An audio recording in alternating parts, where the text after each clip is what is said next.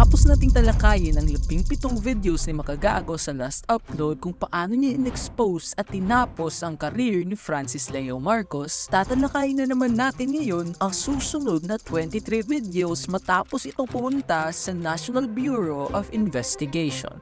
Noong October 31, 2025, Makagago uploaded a video titled Francis Leo Marcos na pansin na ng NBI, kung saan sa may bandang huli ng video ay nakipag-usap ito sa mga kawani ng NBI para pag-usapan ang mga bagay na ginagawa ni Norman Mangusit. Ngayon, nakausap na po natin sila and maraming salamat po sa NBI. Grabe, malaking tulong yung mga napag-usapan and syempre, nasabi nyo sa akin. Yun nga lang mga kahombre ko, syempre alam nyo naman, hindi pwedeng mag-disclose ng kahit na ano publicly, okay? Kasi syempre, may mga tamang proseso yan. Pagkatapos ng video na ito, Makagago din uploaded 20 more videos at 3 live streams habang ine-expose ang mga palibagong kasinungalingan ni Norman Mangusit at kung kamusta na ang labanan sa pagitan nilang dalawa. Simulan natin ito sa napakabalahurang ugali ni Norman Mangusit sa isang restaurant at kung paano nito tatuhin at bastusin ang mga kababaihan. Noong November 4, 2025, Makagago uploaded a video na kung saan makikita natin sa may bandang 39 minutes ang pagiging dugyot ng taong ito. Dahil ang isang tablecloth na dapat pamunas lamang ng bibig at kamay ay pinagduduraan ni Norman Mangusit habang kumakain ito sa isang restaurant. Steak Wagyu. Wow.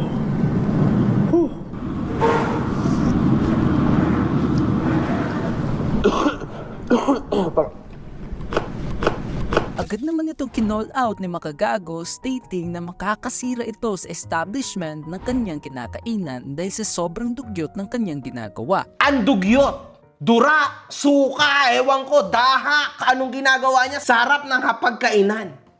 So I am calling out the management of Sheraton Hotel, of Resorts World Newport Manila, Premier Inn. Nakakasuka po itong kliyente nyo na ito o customer nyo na ito.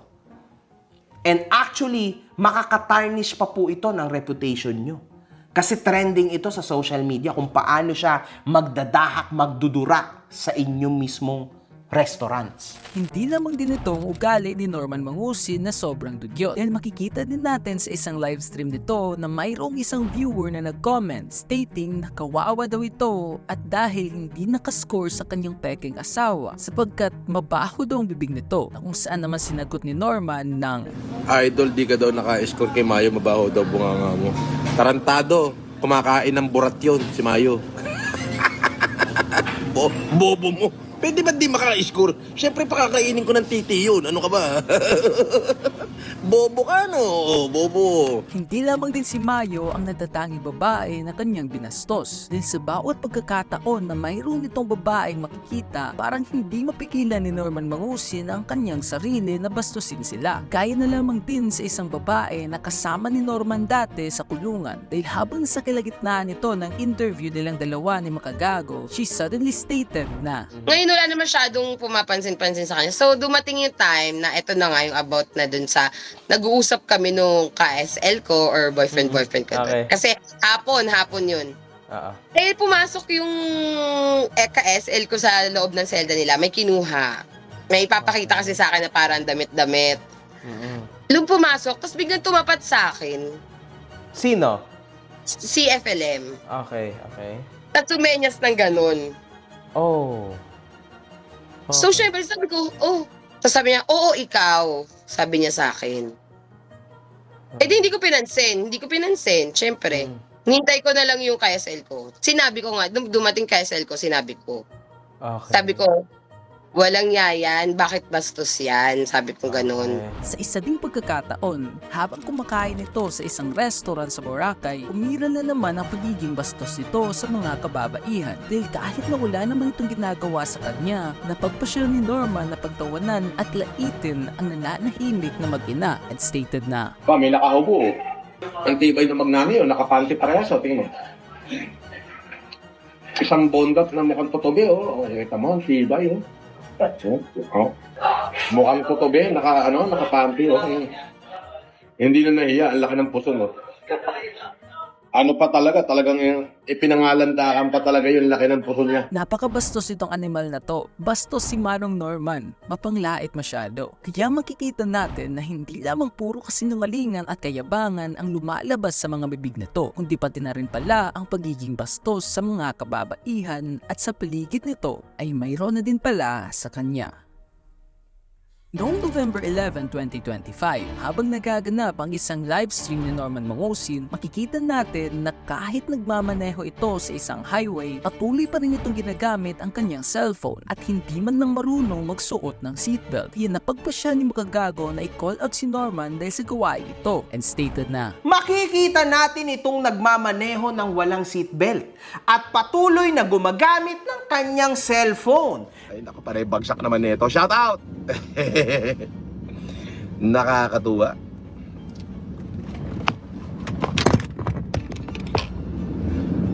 Natutuwa ako sa Ignis. Kagago then further stated kung ano ang mga nilabag ni Norman na batas dahil sa paggamit nito ng cellphone at sa hindi pagsuot ng seatbelt habang nagmamaneho sa highway, kung saan ayon pa sa kanya, Labag ito sa RA 8750 or the Seatbelt Use Act of 99 at RA 10913 or Anti-Distracted Driving Act. at kung sa tingin nyo na isang beses lamang niya itong ginawa, nagkakamali kayo. Dahil noong November 27, 2025, makikita na naman natin ang pag-ulit nito ng kanyang mga pagkakamali. Gumagamit ng cellphone habang nagmamaneho at hindi pa ginagamit ang kanyang seatbelt na kung saan pati si Makagago ay parang napapagod na din sa taong ito. At dito mga kahombre ko, makikita po natin. Sobrang distracted po ng kanyang pagmamaneho mga kahombre ko. At lalong-lalo na wala pong seatbelt. Bro, kung dumating na kay Norman Mangusin ang pag-call out ni Makagago dahil sa kanyang pagmamaneho, gumanti kaagad ito ng isang kasinungalingan, stating na hindi daw ito nagmamaneho sa highway at sa loob lamang daw ito ng kanilang subdivision. Nakalive ako sa FB. Nasa loob lang ako ng subdivision. Wala ako sa National Highway. Pag nasa loob ka ng subdivision at wala ka sa National Highway, wala namang nanguhuli dito, wala namang pulis. Kasi subdivision yun. Kahit hindi ka mag-seatbelt, gusto mo tumayo ka pa, lumabas ka pa sa kalsada mo, mag-twerk ka pa, pwede yun. Basta nando ka lang sa loob ng subdivision mo. Pero pagka lalabas na ako ng National Highway, of course, naka-seatbelt ako. Kasi maraming camera dyan sa National Highway, lalo na sa EDSA. Ngunit kitang-kita naman natin sa mga background ng kanyang mga livestream kung gaano kalawak ang daan at kung gaano karaming mga sasakyan ng kasabay nito. Kung saan naman ayon pa kay Makagago, Huwag niyong kakalimutan, ito pong tao na ito ay napakasinungaling. Halatang halata naman na siya ay nasa malaking road, mga kahombre ko. Kitang-kita po yan sa background niya. nang dahil nasa sunod-sunod na paglabag nito sa batas trapiko, habang nagaganap ang kanyang mga livestream, dumating din ang araw na kung saan napansin din ito ng LTO at naglabas kaagad ito ng show cause order laban kay Norman Mangusin para isuspend ang lisensya nito sa loob ng 90 days. Naglabas ho ng isang show cause order ang LTO laban kay Gusgusin dahil sa paglabag nito sa batas trapiko. Ipinag-utos naman ng Land Transportation Officer LTO ang 70 araw na suspensyon sa lisensya ng driver at kilalang social media personality na si Norman Mangusin aka Francis Leo Marcos o FLM matapos po itong lumawag sa ilang batas trapiko. Ngunit kahit na sinuspinde na nga ang kanyang lisensya, napagpasyahan pa rin ito na magpakitang gilas sa kanyang livestream at kahit na nakasuot niya ito ng seatbelt, nagpapatakbo naman ito na mahigit 180 km per hour habang nasa gitna ng highway. Naka-seatbelt siya pero 100 kilometers per hour ang patakbo niya.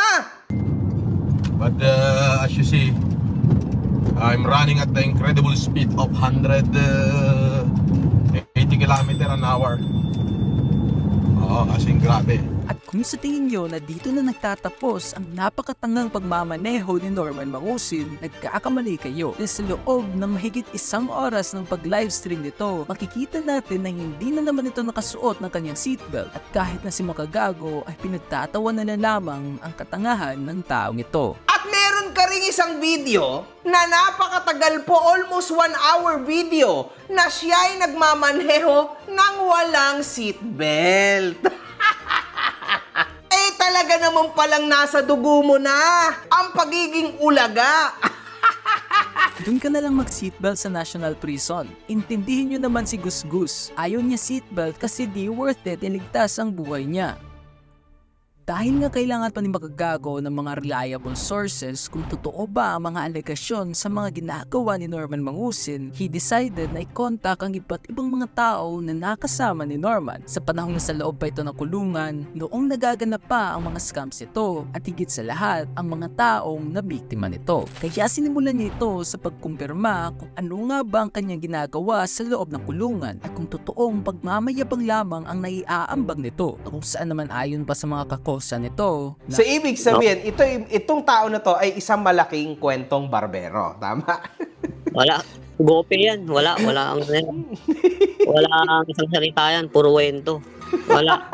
Masabi ko talaga, wala. Asar talo nga siya. Doon nga lang sa inaasar namin siya. Wala siyang magawa eh. Hindi lamang din isang kakosa ni Norman ang in-interview ni Makagago, kundi halos lahat ng nakasama nito ay sinasabing pagmamayabang lamang daw talaga ang naiaambag nito sa kulungan. Ano ang madalas gawin ng isang Norman Mangusin sa loob? Sa nakita mo, no? Sa nakita mo on how he moves, ano ang madalas niyang gawin sa loob? Magyabang. Hindi po makukompleto ang araw without yabang. Mas lalo lamang pinatibay ang mga statement na ito nung nagsalita na sa interview ni Makagago ang isang miyembro ng Sputnik na mayroong mataas na posisyon habang kasama daw nito si Norman sa kulungan, na kung saan ayon pa sa kanya ay pagmamayabang at nagsisinungaling lamang daw ito nung sinabi niya na gobernador daw ito ng Sputnik. Pero sabi niya nga, Sputnik siya, tas sabi niya, gobernador siya na Sputnik. Paggamit tatak siya. Kaso wala siyang mapakitang tatak. Ay, bawal manungkulan yun. Walang ganon. Walang ganon. Wala. Ayun. Hindi po pwede. Malabo yun. Malabo. O yan, so napakinggan natin from a real one, kumbaga. No? Wala nga parang yayaring ganon. Nakarating na ako sa muntik kung saan-saan. Bawal manungkulan. Ang walang tatak. Isa din sa mga tao na in-interview ni Makagago ay si Konsehal Jimmy Solis, isang dating chairman ng fraternity na ang tawag ay Alpha Kappa Rho. Sa interview na ito, mapapatunayan natin na nagpapanggap lamang talaga si Norman Mangusin bilang miyembro ng isang fraternity na ito. He stated na, Pero hindi yan akro ha. Okay. Kasi nung time na yan, dineclare niya na akro siya. Hindi ko na matandaan kung anong taon yung nag-away kami niyan. Pangalawang pag-aaway na namin to eh. Nung unang pag-aaway namin, pretending na akro siya. Alam natin lahat yon mga kaombre ko kasi ikinontent natin yan kasi merong sulat na nakapublish na matagal na panahon na. Si Boss Igme po ang chairman nung panahon na yon at siya yung pumirma doon. Tama? Tama. Boss? Oo. Ako yung pumirma nung time na yun kasama ang lahat ng mga naging chairman ng Alpha Kappa Rho ng GMA Council. Pinabubulaan namin lahat ng mga pinagsasabi niyan na siya ay membro ng Alpha Kappa Rho. noong November 14, 2025, nakasama din sa isang interview ni Makagago ang dating staff ni Norman Mangusin na si Erwin Ciar o mas kilala sa pangalan na The Kings. Hindi lamang mga kasinungalingan ni Norman ang nabulgar sa interview na ito, kundi dahil pati na rin ang mga taong kanyang ginamit para ipagpatuloy ang kanyang milyon peso scam ay pinulgar na din kung ano talaga ang totoong ugali nito. He stated na, Kung si Norman Mangusin, Francis Leo Marcos, Culaong, ay mabuting tao, magkaaway tayong dalawa ngayon. Hindi, syempre. Pagtatanggol mo yan sa Oo, kasi nakilala ko siya. Binigyan niya ako ng bigas. Kung hanggang doon lang ako, mag-aaway tayo at sinisiraan mo. Pero hindi eh. Napakasamang tao niyan. Grabe. Napakasamang tao niyan. Marami ako naging kakilala, kaibigan, inutangan niyan, minura niyan, hinubaran halos niyan. Grave threats, meron din ba? Grave threat, marami. Sinabi din ni The Kings kung gaano kalaki ang nalilikom na pera ni Norman Mangusin mula sa mga OFWs sa pamamagitan lamang ng pag-livestream gabi-gabi. He stated na, Alam mo ba ng mga padala, ang palipad nun sa YouTube, baka hindi alam nung iba, kaya naming makalikom sa palipad sa YouTube ng $3,000 hanggang $4,000 na palipad. Kada gabi? Kada live ni Yama. Kiss, grabe lang. Makukwenta mo yun. Kasi kita mo lahat. May moderator kami. Ang laki. Kada gabi, one night. Kada gabi yun. Sa 6 hours. Sa 6 hours. At bigla ka na lamang magugulat dahil sa loob ng humigit kumulang 25 days ng pagla-livestream nila kasama si Norman Mangusin ay nakakalikom na ito ng mahigit 8 million pesos mula sa mga OFWs para daw sa kanilang humanitarian. Yung gusto magpadala ng personal, huwag nyo nang ipalipad. Ipunin nyo sa lahat ng FFCA nyo at lahat ng presidente nyo kay Dong Batalan makikipag-usap. Nagpadala na ang Hong Kong, nagpadala na ang Amerika, nagpadala na ang Canada. Baka magulat ka na inabot ng 8 million pesos in 25 days. Oh my God. 8 million! Lahat yan may resibo Sobrang laki. ng mga taong nagpadala. Which hanggang ngayon, binabalikan pa rin siya, tama? Oo, kasi alam nilang naloko sila eh. Pagkatapos ng interview na ito, nagkaroon pa ng 2 interview si Makagago kasama ang dating #1 vlogger ni Norman na nagkaroon din ng kaparehong karanasan kay The Kings at ang dating presidente ng kanyang Foundations America ng tawag ay FFCI. Sa interview na ito, makukumpirma na naman natin na sobrang laki talaga ng mga perang nawala sa mga bulsa nila dahil lamang kay Francis Leo Marcos. Saan po, boss, kayo kumukuha ng pera? Ay, ambag-ambag kami, boss. Ambag-ambag. Sinesend sa akin yan sa Western Union. Yes! Sa ambag-ambag kayong 120 na tao, tama? Yes! Oh my God. Sabihan nyo na kami, magkano yung pinakauna, tas paano nangyari yon at saan yun nakarating? Ang una dyan, sabihin na natin, mga siyempre, konti pa lang yan, mga 7,000 ang umpisa dyan. $7,000. Wow! Konti ba yun? Yes. Tas wala kayong nakukuha, obviously. Wala, tama? Lahat ibinibigay Wala. nyo sa kanya. Padala lahat yan kay Edubilles Orito Batalang. Padala lahat doon yan. Sino yon? Si Batalan? Kaya si Batalan, si Dong Batalan, yung bag na niya. Yes! So sige, eto mga kahombre ko, ipapakita po natin ang ilan sa mga resibo, okay? Sa bawat interview na pinapalabas ni Makagago tungkol sa mga nakasama at nabiktima ni Norman, mas lalo lamang nitong pinapababa ang kanyang kredibilidad patungo sa mga taong umahanga sa kanya. Kaya para ibalik ang tiwala ng mga taong ito, he decided to release a statement na hindi daw niya kilala ang mga taong ito at sinisiraan lamang daw siya para magmukhang masama ang tingin sa kanya ng mga tao. He stated na, Boss, totoo, FLM, yung sinasabi nung in-interview ni Makabaho na si Nasukir, paano naman naging ex-president? Di naman namin kilala yan. Oo, yan ang budol-budol. Oo. Nagtatang siya ng sarili niyang FFCI doon sa Amerika, nang hingi siya ng mga donasyon at tinip niya. Oo. Boss, nakita mo na ba yung kay... Ay, wala akong panahon dyan. Sino? Yung Makmak Diablo? Ay, wala yun. Puta, hindi ko na pa kilala yun. Kunyari, nag-supporter, naging vlogger ko kunyari, pero hindi ko kilala yan ng personal. Mag-i-interview ka ng tao na hindi ko kilala. Unang-una, hindi ko naging empleyado yan. O sasabihin niya na naging empleyado ko raw siya, di ko raw siya sinweldohan, magbigay siya ng patunay na naging empleyado ko siya. Meron ba siyang pinirmahang kontrata? and of course, dahil nga pinagtutulungan na ito ng iba't ibang mga tao, Norman Mangusin couldn't just stand there and watch habang nawawala ang kanyang mga audience. Kaya he decided na magsagawa din ng isang interview sa isang tao na ayon pa sa kanya ay naging biktima daw at ginagawan daw ni Makagago ng mga content. Okay. So, ngayon, may tanong lang ako. Joshua, bakit mo ako sinadya? Si Makagago, natrasor niya sa amin yan. Lahat kaming mga kapwa naming artist, binabatir kasi yan. Okay. Kumbaga, binabash kami lahat niyan eh. Sinasabi niya, ano yung pangyayari kahapon? Bakit sinasabi mo na nilusog mo si Makagago sa San Pablo? Punta kami ron, kasi nga, masyado na siyang ano sa amin eh, masyado na siyang mainit din eh. Gawa ng kung ano-ano sinasabi niya sa amin, kung ano-ano yung pinaparating niya sa amin, banta-banta sa amin gano'n. Sa buong live interview na ito, maraming mga bagay ang hindi nagtutugma. Gaya ng paiba-iba ang address ni Makagago, sinuntok daw siya ni OGKB noong sunugan sa taong 2023, ngunit nangyari naman ang sunugan ni Makagago noong taong 2019 at si OGKB naman ay pumanaw na noong taong 2022. Kaya di din nagtagal ay nabunyag din na ang lalaki pala na nagsasabing na biktima daw ni Makagago ay binayaran lang pala ni Norman ng 2,000 pesos para magbasa ng isang script sa kanyang livestream. He stated na, O nga po pala si Joshua Friel Abisilia. Ako po yung inoperan ni Norman Mangusing ng 50,000 po para po basahin po lahat ng sinulat nila about po kay Sir MG.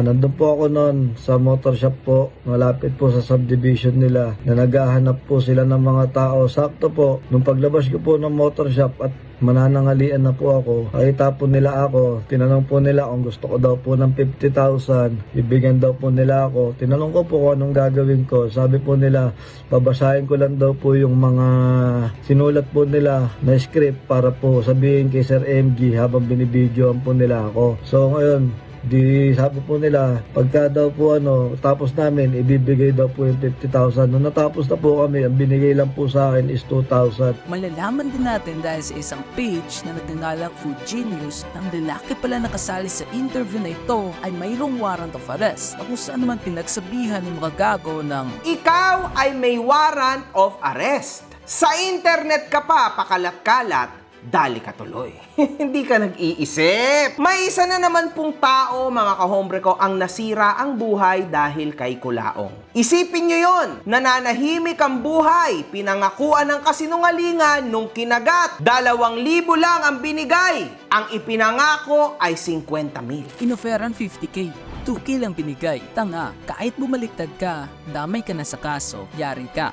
Ipakulong mo na yun, MG. Damay pa OGKP. Isa sa mga nirerespeto namin sa TBS yun. At dahil nga ilang araw na lamang bagong taon na, hanggang dito na lamang muna ang kaya kong i-edit. Kaya kita-kits na lamang next week para sa last part ng paggatas natin kay Norman Mangusin.